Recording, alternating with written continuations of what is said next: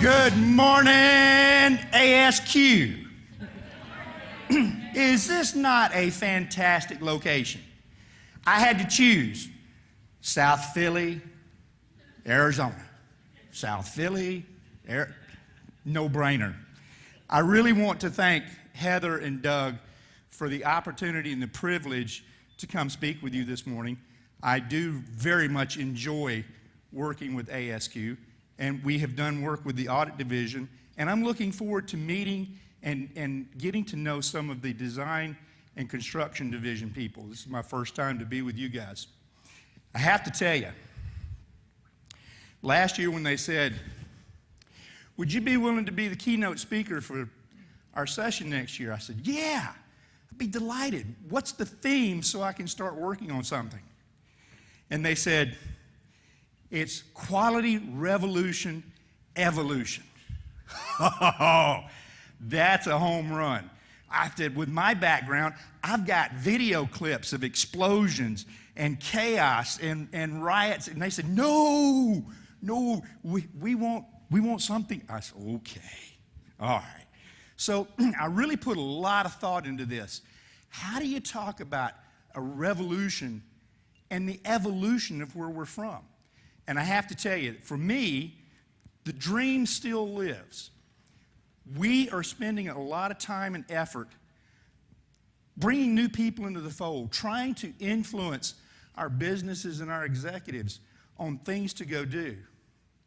But do not think for 1 second that the revolution in quality is done. I think some of our best times are ahead of us. I want to step back and look at what exactly is a revolutionary. I've actually worked with some revolutionaries. When you're a counter-terrorist expert, you get a chance to work with some interesting people in some interesting places. And so I wanted to step back and look at where we came from and how we got to where we are here today. So the first thing you have to know about revolutionaries, in almost every case, they are typically ordinary people. They come from ordinary backgrounds. Seldom do they step out with a purpose to become a revolutionary. But they always seem to be able to implement extraordinary change. People like Patrick Henry, give me liberty or give me death. He changed the world. People like Thomas Paine, who wrote the handbook, Common Sense, which is still very uncommon today. I think a lot of people in Washington still have not read that book. I would like to go buy several of them copies of that pamphlet. People such as John Adams. If you haven't seen the documentary that I think it was HBO or somebody did on his life, extremely well done. John Adams never took no for an answer. And occasionally he wouldn't take yes for an answer. He had this passion, this concept of where he thought this should go, and he drove that relentlessly. He's an extraordinary example of what an ordinary person can do to effect extraordinary change. Thomas Jefferson, who was probably brighter than all of our presidents combined, if you read some of the things he wrote, some of his quotes, some of his insights, he was able to influence large numbers of people. And his writing on both the Constitution and some of our founding documents was nothing short of brilliant. But you know, it's not just this group of people. Martin Luther King. I don't think Martin Luther King started out as a young child saying, I want to go stir people up and drive this massive societal change. But he was incredibly effective at it. And look at what we are today as a people. Not just in the U.S., he has affected people worldwide. Our concepts of diversity and inclusion are radically different today because of the work he did, the passion he brought to that. Clara Barton. Anybody in here know who Clara Barton is? She radically changed medicine, especially for women, and for combat medicine in particular. And I know David Little and I both deeply appreciate some of the things that she did to do that, right? I mean, millions, no, maybe not millions, hundreds of thousands of soldiers around the world are alive today because of the things she put into motion for how we treat people in the field. And that work has gone well beyond the military. People such as the Red Cross, the International AIDS Society, all use those techniques to bring care and comfort to people who are hurting in the field. Mahatma Gandhi nonviolently changed an entire empire. At that time, think about this. The sun never set on the British Empire, but Mahatma Gandhi changed an entire culture that has lasting effects through today. These people all started out just like you and I, ordinary people. But they accomplished something well beyond what the average person can do. Now, these are people on the international stage. I have found that one thing that I have really struggled with and worked towards my entire life is this concept of leadership. And I have decided over the last 3 years that it's not just leadership. For me, it's quality leadership. As I look at organizations, and I've done a lot of work in leadership, you don't train SEAL teams, Delta Force, special warfare operators, you don't hang around Top Gun fighter pilots unless you're really serious about being the best of the best. You don't even get into the game unless you bring that attitude. They won't let you hang around. You certainly can't play any reindeer games with them. So my whole life has been, how do you influence high performance, high quality work teams? And a lot of people think, oh, well, it's the people in the C-suites, it's the CEO, it's the VPs. That's true. They have a role to play in leadership. I honestly believe with every fiber in my being, when I look at organizations worldwide, the people who have the opportunity for the biggest impact, to make the biggest difference, to accomplish organizational change, is the quality profession. Think about this for 1 second. Who's got the responsibility for making sure that you do the right thing the right way at the right time for the right reason? Who's got that charter? I can't hear a thing out there. The lights are bright. I can't hear. Who's got that charter? You do. And what are you doing with it? Oh, don't say nothing. No. You're doing something. The question is, are you doing everything that you can? That's the question. Are you living up to your full potential? As I work with, and I'm an executive coach, I love that. I think it's one of the most exciting parts of my job. When you get to go work with the CEO of one of the top 5 banks in the world, when you're working with an aerospace, and I get the biggest pleasure out of working with mom and pop groups. Coaching people who are in startup businesses, most fun you can have on the planet. But when I look at all of that stuff that's going on, the people who have the opportunity to make the biggest difference is the quality profession. It's what you're paid to do. It's what you're trained to do. It's what you have the opportunity to make something happen in ways other leaders don't. So let's look at what the quality profession has done in terms of revolutionaries.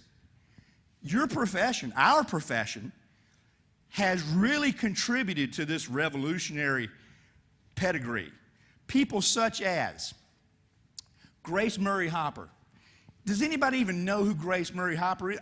See, there's some engineers in the group. Love you guys. Have you ever heard of software bugs? Healthcare. Software bugs, right? They're getting eaten alive with buggy software for the healthcare signups. Do you know where that term healthcare bugs, software bugs came from?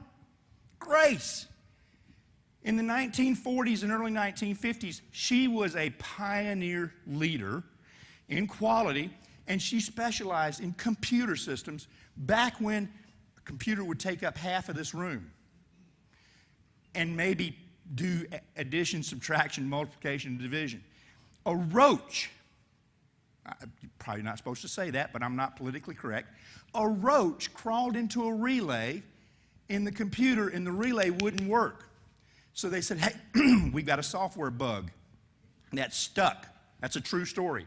To this day, software bugs came from Grace and her extermination efforts. Now, that's a humorous story, but if you ever get a chance to read about this lady, she's got a remarkable story. She stayed on active duty almost as long as Hyman Rickover did. There's photos on the web. I tried to find images that were as young as possible because most revolutionaries appear to be their most effective when they're young. Revolutionaries, when they become older, become statesmen. Statesmen. More interested in maintaining the image than in kicking the can over and stirring up the ant heap.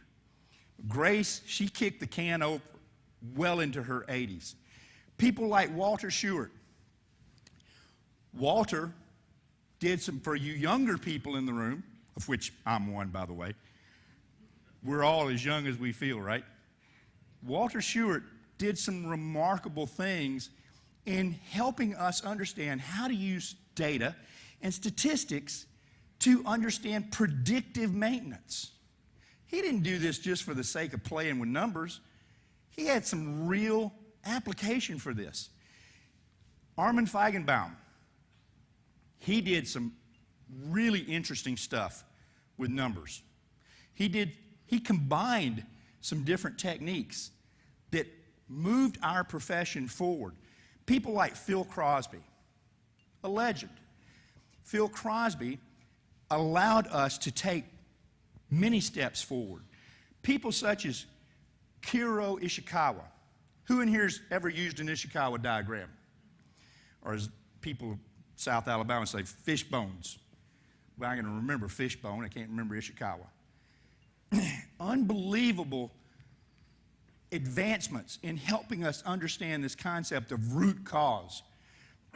People like Junichi Taguchi, he actually did some things that I really appreciate. As an engineer, I was an engineer before I was a business person. As an engineer, I wanted to get the answer, the correct answer, as quickly as possible with the least amount of expense and the least amount of problems.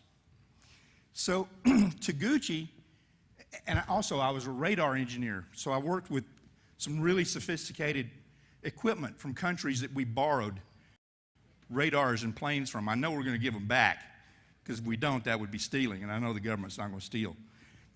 But I was always looking for signal-to-noise ratio. What's the smallest signal that this radar can see, because that's what I have to defeat. Taguchi came up with the signal-to-noise ratio for data. What's the smallest data signal that has meaning? And where we usually use DOEs, designs of experiment, that cost a lot of money and take a long time to go do, but they're extremely powerful. He came up with some ways to say, we don't need all of that. Let's just do a subset of this, and we can get 80% of the data, which will give us a useful input, a useful answer, something we can go act on for business now. Think about that for a second. Most analytical people, most quality people, want the perfect answer. Can I get an amen? It's got to be accurate. Think about that for a second. I don't want the perfect answer. I want a useful answer.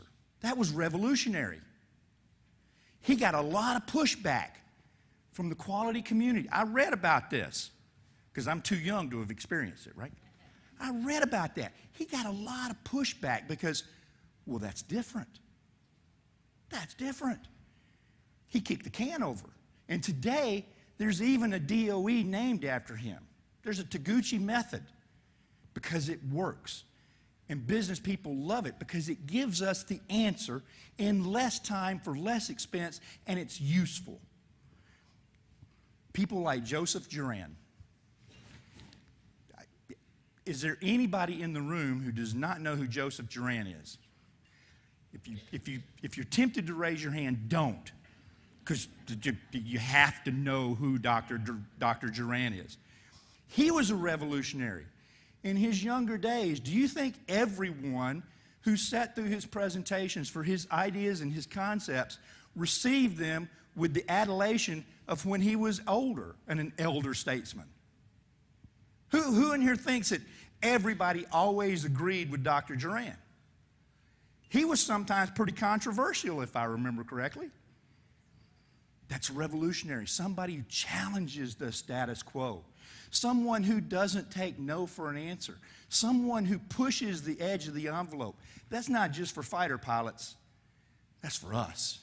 We need to be pushing the edge of the envelope for quality every day. Every time we go to work, we have an opportunity to do something amazing. And it's just like today. Today is a spectacular day. Several people have asked me this morning, how many of you in here have asked me, how are you doing, JR? Spectacular. Who's heard me say that? Should be mostly, see, all the people sitting up front were paying attention. Spectacular. My life is not spectacular right now, but my day today is, because I choose. I choose for it to be spectacular.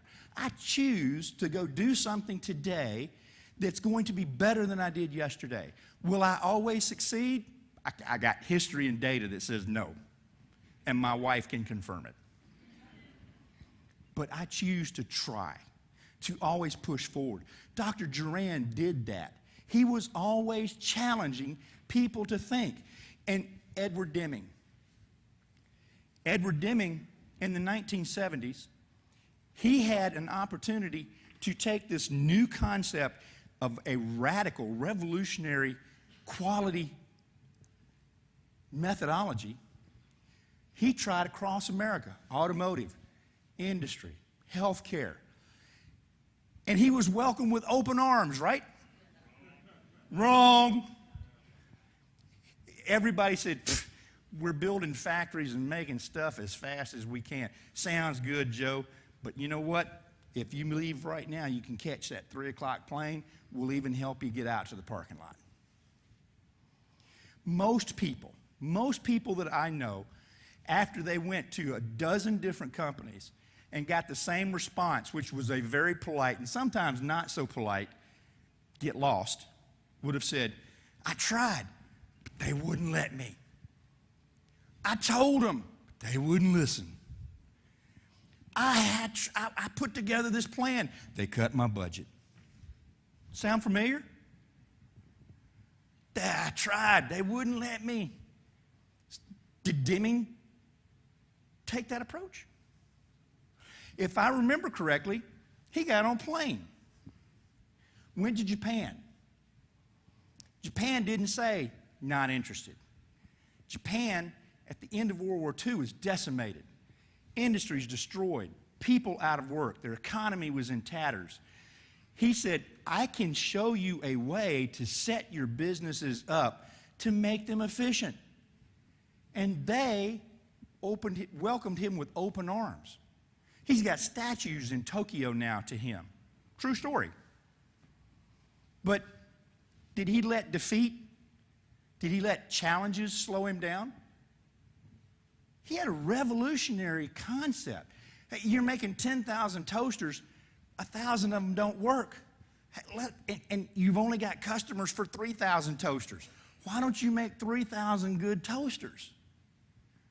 Today, that sounds like common sense, right? In the 60s and 70s, they said, we'll just make another 1,000 toasters. In Japan, they said, please help us. He was a revolutionary who had passion. He had a vision. He had commitment.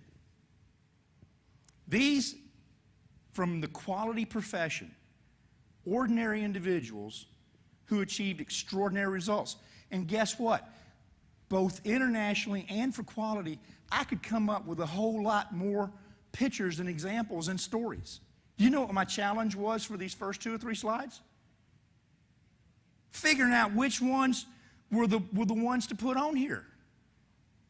The quality profession has always had radicals, has always had revolutionaries. But we've not always listened to them. And far too many of us give up.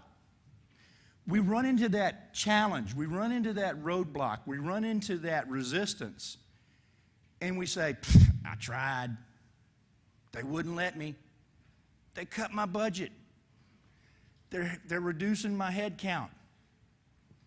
So, here's a dirty little secret. I've worked with every aspect of business over the last 30 years. Operations, engineering, finance, HR, you name it, I've gone in and either done a project with it or been responsible for it. Everybody's budget gets cut. They're not picking on you. It just seems like it because it's your money. It's your people. Everybody's getting... Is there any organization in this room right now, within the sound of my voice, who's got a problem of, I can't spend all my money? I don't know what to do with all my people. Is there anybody, because I want to talk to you at the break. I want to send you a proposal. No, we're all faced with that. The difference is how we respond, what we do. Now, here's something interesting. I've been studying these people. I've been studying revolutionaries for years. And I have found there's a reason they're exceptional. It has nothing to do with where they were born, how they grew up. Let's look for a moment at what made them exceptional. First, they identified an injustice or an opportunity. Mahatma Gandhi clearly identified an injustice, a social injustice. So what did he do? Well, this is wrong. They shouldn't do that. Somebody ought to do something. That's the typical response, isn't it? If I'm lying, I'm dying. That's how most people will respond. What did he do? He got a walking stick. He started walking around his country telling people there's a better way, and we can do it nonviolently. There's an opportunity. Edward Deming saw an opportunity. He saw a way to create something better than what we had, and he saw a way to make it more effective, more efficient. These revolutionaries, both, and I'm trying to use good examples for revolutionaries. I could fill the screens up with bad examples of being revolutionaries. And my wife said, "You're not going to use any of those, are you?" I said, "No." Although Pancho Villa almost made the cut because of where we are. They had passion. Revolutionaries who change the world have passion, every one of them. Taguchi, when he ran into issues from other statisticians, it says, that's not accurate. Do you think he ran into that? Yeah, read his book sometimes. Sometimes it stung, but he kept going. Deming, when he got rejected after rejection, after rejection, after rejection, after rejection, after rejection, he had incredible perseverance. He kept going. They identified something that needed to be done, either a negative or a positive. You can affect change for the world as long as you see there's a need and you've got passion about that need. They also had a vision. Every single one of these people that I've talked to you about this morning so far, they had a vision. They saw something the rest of us didn't see. They saw what could be. They saw how it could work, how it could benefit people.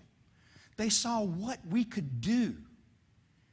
And they made it their mission in life to talk to us, cajole us, convince us, beg us, plead with us, show us over and over and over. They had a vision. They also communicated that vision effectively. How about this for a vision? We're going to put a man on the moon and return him safely by the end of the decade. That's the best vision statement I've ever read anywhere. 17 words that changed our world. Everybody in the organization knew exactly how they fit into that vision. And did what I do today move us closer to achieving that or further away? Therefore, you know whether or not you're doing the right things. I don't need to wait for my manager to come tell me that's good, that's bad. A good vision shows you where you need to go. And it needs to be communicated effectively. Here's something else. A great vision, is it always supported? Is it always believed? We're going to put a man on the moon, return him safely by the end of the decade. What most people don't know, we all focus on the fact that they did it. They did it. July 1969. I sat in my grandmother's living room and watched as the first man put his foot on the moon. And I was a space aficionado. I knew every one of the 7 astronauts. I knew what color their Corvettes were. That was, but here's what most people don't know about that story. Only about 10 to 15% of the engineers and the scientists in America and internationally bought into that, started working on that. 80 to 85% of the engineers and the scientists started writing letters and papers to be presented on how it couldn't be done. How you were wasting time, you're wasting money, you're setting people up to fail. They were telling us how you couldn't do it, while there was a very small group of people who were getting it done. And which side of that equation you want to be on? Now here's an interesting thing. When I ask that question all over the world, everybody looks at me and says, I want to be in the 15%. But where do we act? Where do we act? We act in that side where, we don't have the budget to do that. We don't have the technology to do that. The leadership, they're not going to support us. The regulatory agencies, they're not going to allow it. When I work with organizations for improvement, I listen to all kinds of reasons for why it can't be done. The only thing I'm interested in is, how are we going to do it? Don't tell me how it can't be done. If it can't be done that way, fine. Let's do it a different way. They communicated the vision effectively. Everyone knew where they fit in. Each one of these revolutionaries had courage and conviction. Do you know how hard it is to stand up to your peers when they're telling you you're wrong and keep fighting the good fight? I think the most powerful thing in human society is peer pressure.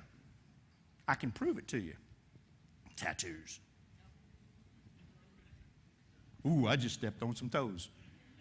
Good. Because it's not good or bad whether you got them. But tattoos today are everywhere. Literally everywhere. We ain't going there. Peer pressure is what's driving that. And when I was a teenager in the 70s, I had long hair. Yes, I had long hair. And bell bottoms. I could get a haircut and change pants. I can't change tattoos. Easy. They had courage to stand up against their peers. Hardest thing in the world for us to do. When people you respect, people you care about their opinion, people that you want to accept you for who you are, tell you they think you're wrong, do you know how hard it is to keep going?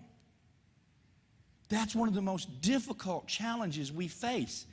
But they had courage to stand up to the people who were telling them how it couldn't be done, and they had the conviction to know in their hearts, what I'm doing is the right thing for the right reason, and I must persevere. Persevere. We'll cut that in editing. They had persistence and fortitude. Almost every person that I showed you could qualify as the Energizer Bunny. Where do these guys and ladies get that kind of energy? Do you know how much work it is to be a revolutionary? Do you know how much energy it takes? They have to be willing to wake up every morning and fight in a good way. But they have to fight to influence. They have to fight to change minds. They have to fight to win hearts. They have to fight to win acolytes and followers, people who believe. That takes energy. Are you willing to put forth that amount of energy for your ideas and for the things that you, as a quality professional, should be doing to lead this in your organization? Do you? That's a huge commitment. And it requires you to be willing to stand up under some pretty painful conversations on occasion. Sometimes I'm sitting at the table at dinner with friends and family, and some of you here are family, truly your family. The support you've given us lately, even my own family hasn't been that good. But when I say things, sometimes I say things to see what kind of reaction I'm going to get, to see what the arguments are. I love to debate. I don't have to be right. I just have to learn. And if I can learn from the debate, how is that a bad thing? But it's sometimes difficult when people say, well, he doesn't know what he's talking about.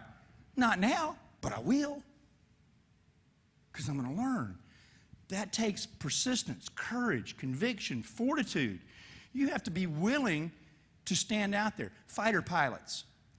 When we train fighter pilots, and I did spend 5 years program manager of Top Gun, I thought that was the best 5 years of my life.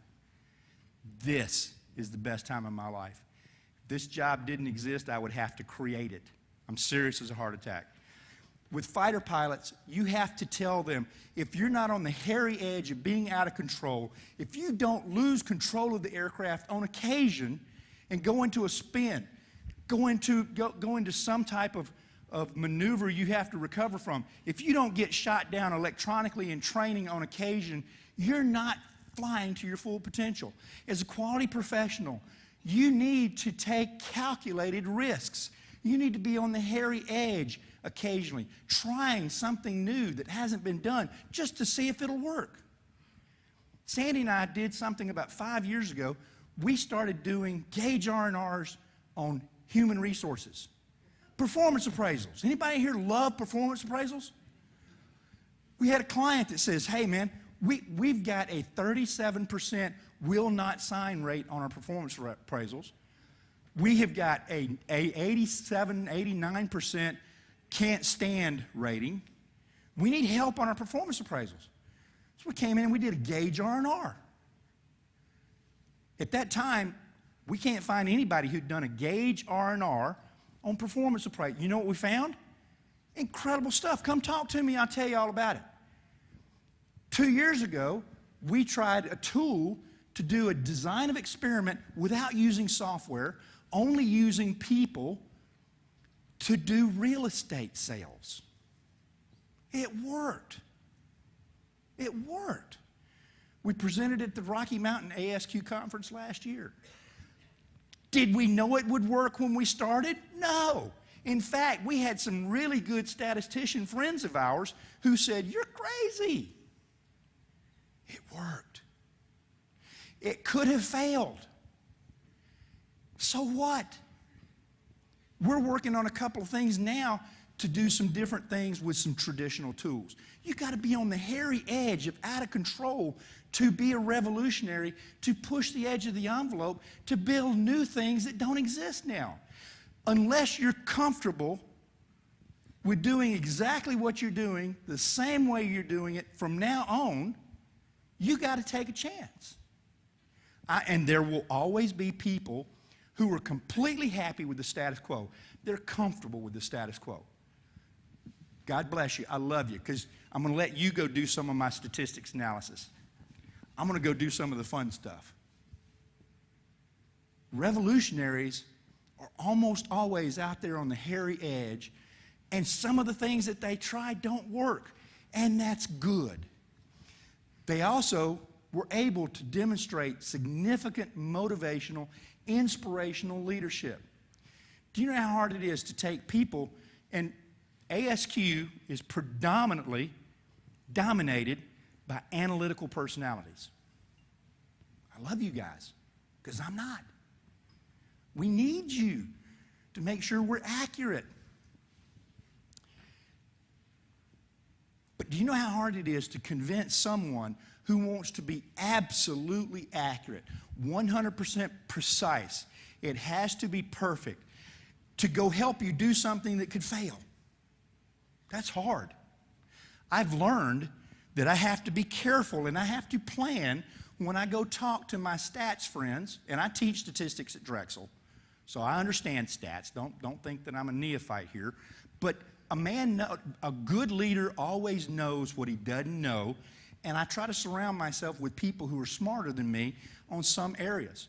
So on some of these new things that we're trying, I go get the very best people. Do you know how hard it is to convince them, I want you to come do this because it may screw up? Try to convince somebody who's got to be precise that we're going to do something we've never done before, don't know if it's going to work. They're not real eager to sign on to that mission. So I have to be motivational, inspirational. I have to show them what we could accomplish if we figure out how to make it work. You look at all of these revolutionaries. In fact, the one word that comes up most often with every one of these people is charismatic. And I'm not talking about raising the hands. I'm talking about people want to be around them. Dr. Duran, who in this room either went to one of his seminars or was in one of his sessions? What was it like listening to Dr. Duran? Just like going to church and hearing the preacher. Okay. It was an experience, wasn't it? I'm not going to say it was a religious experience, but it was an experience. And it made you want more, didn't it? Yeah. Absolutely. They were able to inspire people to want to go do what it was they were in the process of doing. That's how they created followers. That's why so many of us now respect and admire these people. Each one of them left a legacy. Everyone on there you know of or have heard of, or if you hadn't, you're probably already Googling them to see who they were. They left something behind and or are leaving something behind that stands the test of time that others can build on. I'm sorry, ladies and gentlemen, that's making a difference. That's a life well lived. When you can leave something behind others want to build on, that's a life that has been worth living. The most important thing any human being can do is to nurture and grow their family. That's the most important thing you have to do as people. But your professional life, you should be leaving something that doesn't disappear when you retire. Something others can look to, learn from, develop and grow from. That's a legacy that's worth leaving. These people all left that. Every quality professional in this room is standing on the shoulders of these people that I showed you in that slide. Is that not true? I mean, if I'm wrong, trust me, I've already told you, I've been very honest with you. Sometimes I say things for effect to generate controversy. I love it. But I'm willing to bet an obscene amount of money your jobs are built on the shoulders of these men and women and what they've done for us. What are you building right now that's going to stand the test of time that other people in your organization and outside your organization are going to recognize and build upon? What activities are you engaged in to do that? Because it doesn't happen by itself. Here's my message for you. If you're sitting in these tables right now, there's a little bit of revolutionary in you. Now, I'm Southern. You can tell from my accent I ain't from around here. I'm probably one of the few people in this room that speaks without an accent. I've learned to interpret most of your accents. I'm a rebel. Born and raised a rebel. I've been fighting stuff since I was a small kid. Now I get paid to fight stuff. How cool is that? But if you're honest with yourself, there's a little bit of revolutionary in every one of you, just begging to get out. Just waiting for that challenge to go do something. And you've let the system, you've let the organization, you've let other people beat you down. The peer pressure, the challenge, the resistance has convinced you or trained you to accept the status quo. Today, I ask you to throw off those chains. Stand up. Be willing to take a calculated risk. Go do something that you hadn't tried before and learn from the experience, because it's not a failure until you quit trying. It's not a failure until you quit. Edison, light bulbs. Remember the story? I went back and fact-checked. It was over 13,000 experiments before he got the first tungsten carbon filament to work.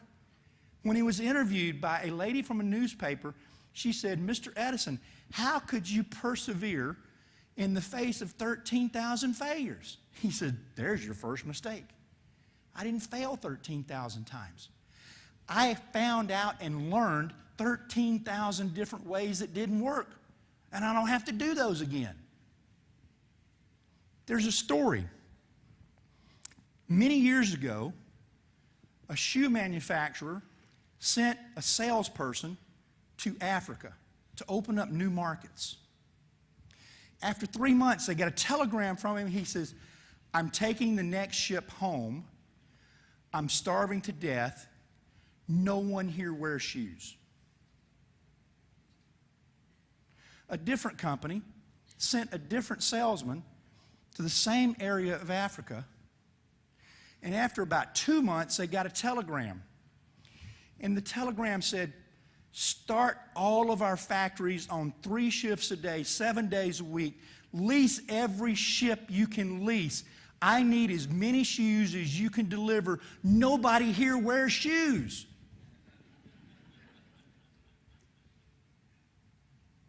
Think about that. True story. One person looked and all he saw was the adversity. He saw the challenge. He saw, this is not normal. And he responded with a defeatist attitude. Another person saw the exact same circumstances and saw nothing but opportunity. Now, do you see the glass half empty or you see the glass half full? As a master black belt, I'd tell you, you got twice as much glass as you need. But you have to look at the circumstance and see what's the possibility, not what are the challenges. Because I can promise you, anything in life, anything that you go put your hand to is going to be fraught with risk, it's going to be overrun with challenges, and it's going to be eat up with resistance.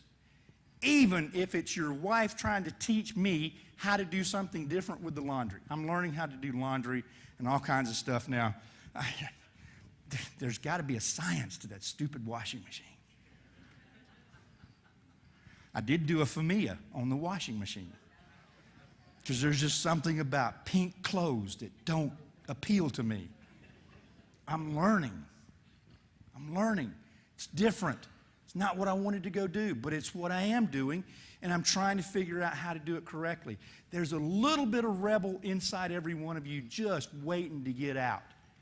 Let it run. Let it run, especially while you're here this week. Talk to people, challenge each other, look at what's going on. What's your vision? You saw what the vision is from these people who are recognized revolutionaries, who have been established as leaders, who we recognize as role models. What's your vision? What's your strategy for accomplishing that vision?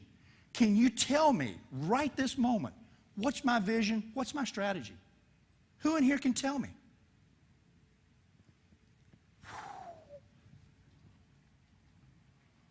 You guys are quality professionals. We are quality professionals. We own this. We're the ones who have to drive quality into the fabric of our organizations. We learned, I'm hoping that we learned, you cannot inspect quality into something. It's way too late. Now you're just polishing the plastic and prettying up the paint on a dud defect. Quality has to be in every single thing. And you own it. I own it. If I'm not driving that, if I'm not working every day to change the culture of myself, my team, my leadership, my company, then why are we getting paid? In order to do that, you've got to know what your vision is. You've got to know what your strategy is. You've got to know how are you going to accomplish that. What's your plan? What's your action items? What's your timeline? How are you going to get there? Or do you go to work every day and just try to get through as many audits, as many inspections as you can, and keep your paperwork up to date? I'm out of here. There's nothing wrong with that. But I do not consider that a quality professional. That's a quality employee. If you're here today, your company invested, or if you're here on your own nickel, you invested in yourself to come learn how to be a quality professional, not a quality employee. What are you going to do with that? Where are you going to drive it? How are you going to get there? What new ideas, what new frontiers, what new creations are you developing? What are you bringing to the party that you can leave behind from now on? You need to know that. Those ideas, those things don't happen. These revolutionaries, these people didn't just wake up one morning and say, I'm at the top and wait for my followers to catch up. In fact, Gandhi, I cannot source this. I found some sources that said it's a true statement. I found some that said it was not, so I'm putting it out there as an anecdote. But Gandhi was in an interview one time. Somebody was talking to him. And at the end of the interview, he says, those are my followers. I must run to catch up with them, for I am their leader. He knew you can't lead from behind. There is no such thing as leading from behind. In quality, you can't lead from an office. You can't lead by generating reports. You can't lead by analyzing numbers. The only place you can lead, the only place you can make a difference is engaging with people. Engage in the combat of ideas, the give and take of learning and creating new concepts with other people, because I promise you, the one thing that I've learned, I and nobody I know has all the answers. But together, we can come up with something that's spectacular. So here's what I'm going to ask for you to do. I want you guys, you're at tables. We're going to do something a little bit different. I'm going to give you guys 5 minutes. Introduce yourself to the people at your table. And then talk with each other. Tell each other what your vision is. What's your strategy? How are you going to get there? Believe it or not, the fact that you have to talk about it will help you formulate it in your mind, and you will find things about yourself you might not have even remembered or recognized when you walked in here this morning. If you're a single person sitting at not a single person, if you're a one person sitting at a table by yourself, move to another table where there's other people, because a conversation with yourself is only going to reinforce what you already know. So move, let's go. I'm giving you 5 minutes out of my time for you to help yourself help each other. Talk about what's your vision, what's your strategy, how you're going to get there.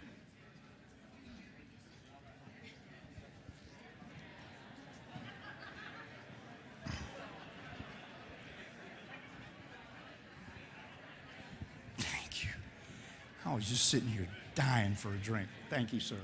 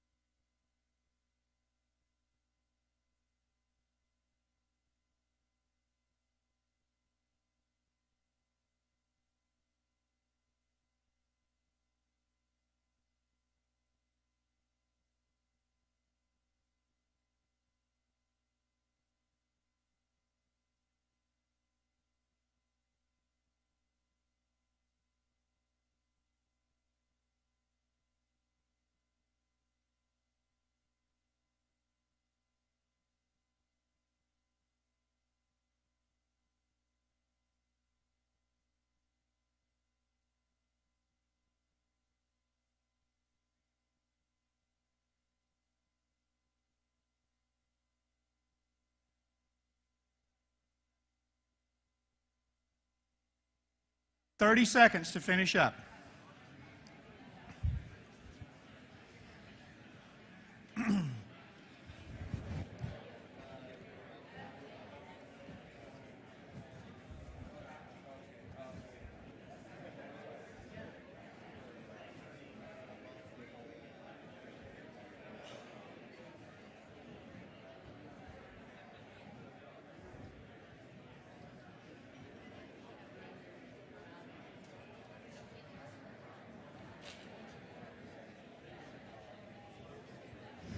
All right.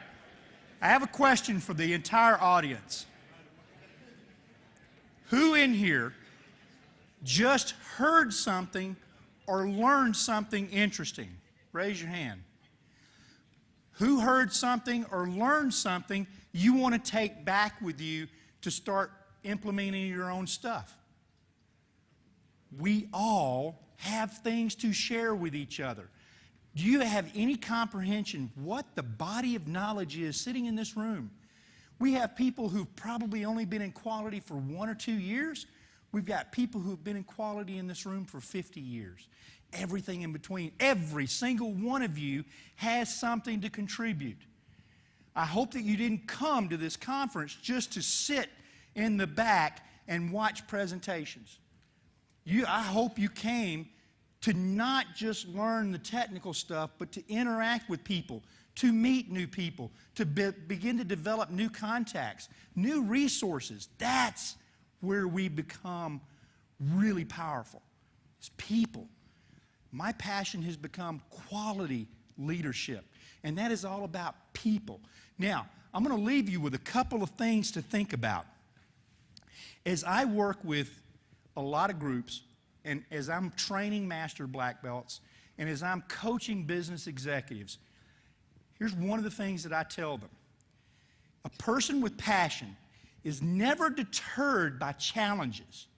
They find some type of ability deep within themselves to overcome the obstacles and the resistance. They transform adversity into advantage. They change doubt into determination. And they change rationalization into results. Real quality leaders are not about talking about how it can't be done and how they won't let me. Real quality leadership is about what we're going to do.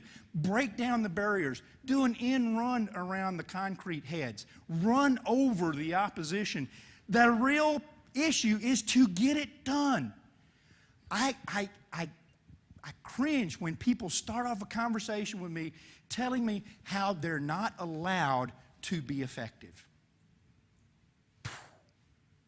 Whoa. I'm going to throw the flag on that one. You create your own opportunities. So remember this. If you want to get it done, you'll find a way. If you don't want to get it done, you'll find an excuse. Here's the other thing that I tell people, and this is one that I truly am passionate about. I'm trying to put this message out to as many people as I can, because to me, this is the true evolution of an effective quality professional. We need to be more excited about what we can become than we are proud of who we are. Whew. I think I stepped on some toes. Hallelujah. That's good. I'm going to say that again. We should be more excited about what we can become than we are proud of who we are. Hoo-yah. Yeah. Can I get an amen? Who in here wants to go to work in the morning saying, I can't believe how excited it is for me to go in here and do a mediocre job and get off as quickly as I can? Most of us are hardwired as human beings to be part of the #1 team, the winning team. Now, before my wife became ill, she bought me tickets for her son and me to go see the Dallas Cowboys play the Philadelphia Eagles in a championship game. Hoo-yah. I'm a Cowboys fan in Philadelphia. Those people are serious too, bud. I thought I was going to have to use some of my training to get out of there alive. But I was in a sea of green. There was only 2 blue jerseys on the entire side we were on, and that was Justin and myself. So during halftime, I said, I'm going to walk around because everybody's got those big green foamy fingers that says, we're number 1. I said, I need to go buy one that says, we're number 2. So I walked around all 3 levels of the stadium. I've not found a vendor yet that sells the number 2 foamy fingers. Somebody's got to be number 2, right? I don't care whether it's your professional sports team, whether it's the company you work for, whether it's your personal associations. We want to be part of the winning team. We're hardwired as human beings to want to be the best. So why, in the one profession that I know of whose job it is to be all over quality and excellence and superior performance, are we willing to accept the opportunity for us to be mediocre? The one thing that I will challenge you with in this conference going forward from this moment is to get everything you can out of every conversation you have. Get everything you can out of every session you go to. Take something away from this that's going to help you achieve your vision, accomplish your strategy, make your organization everything that it could be. Because there's no one on the face of the earth that can do it better than we, the Quality Professional Organization. Thank you very much, and I hope that you've enjoyed our time together.